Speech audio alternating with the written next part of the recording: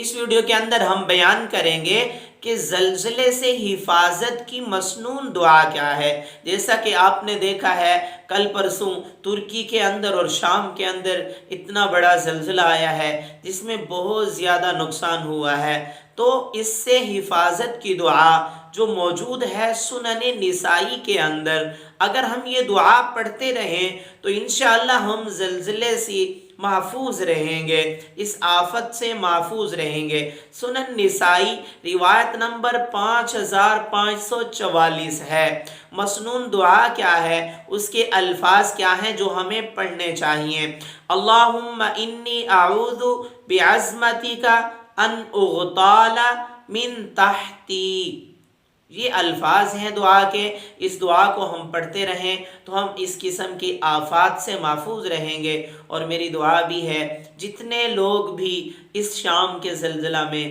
یا ترکی کے زلزلہ میں یا کسی بھی زلزلہ کے اندر اس دنیا سے پردہ فرما گئے چلے گئے، اللہ رب العزت کی ذات ان کے درجات کو بلندیاں عطا فرمائے، ان کے درجات بلند فرمائے، اور جو لواحقین ہیں ان کو صبر جمیل عطا فرمائے۔